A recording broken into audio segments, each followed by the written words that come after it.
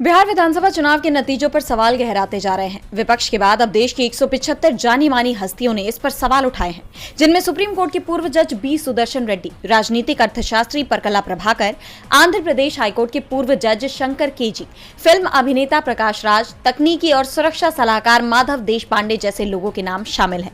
उन्होंने एक खुला पत्र लिखकर बिहार चुनाव आयोग और मतदाता सूची के विशेष गहन पुनरीक्षण यानी एसआईआर को लेकर चिंता जाहिर की। उन्होंने अपने खत में लिखा कि हम देश के नागरिक पूरी तरह पारदर्शी, जवाबदेह, मुक्त और निष्पक्ष चुनावों की मांग करते हैं। हम बिहार चुनाव के नतीजों को धोखाधड़ी मानते हैं और विपक्ष से भी यही मांग करते हैं कि वो इन्हें स्वीकार न करे। एसआईआर की मौजूदा प्रणाली एक ऐसी सरकार की इच्छा पूरी करती है जो किसी भी तरह सत्ता में बने रहना चाहती है।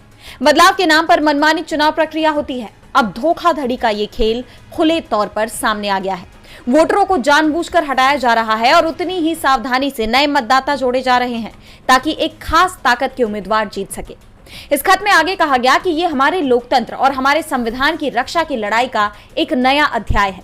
हम बिहार की जनता के साथ खड़े हैं और इन चुनाव परिणामों को अस्वीकार करते हैं।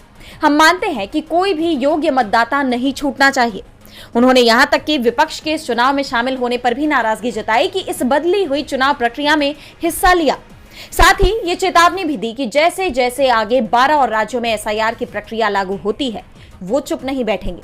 इन प्रमुख हस्तियों ने आरोप लगाया कि मौजूदा नेतृत्व में चुनाव आयोग एक रक्षक की जगह भक्षक का काम कर रहा है।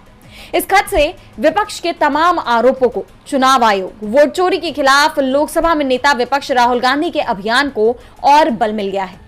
माना जा रहा है कि इसके बाद निष्पक्ष चुनाव की मांग के साथ देश के लोकतंत्र को बचाने के लिए देश में एक बड़ा मोर्चा खुल सकता है। यानी चुनाव आयोग और बीजेपी के लिए ये खत एक वार्निंग है कि जनता सब देख रही है।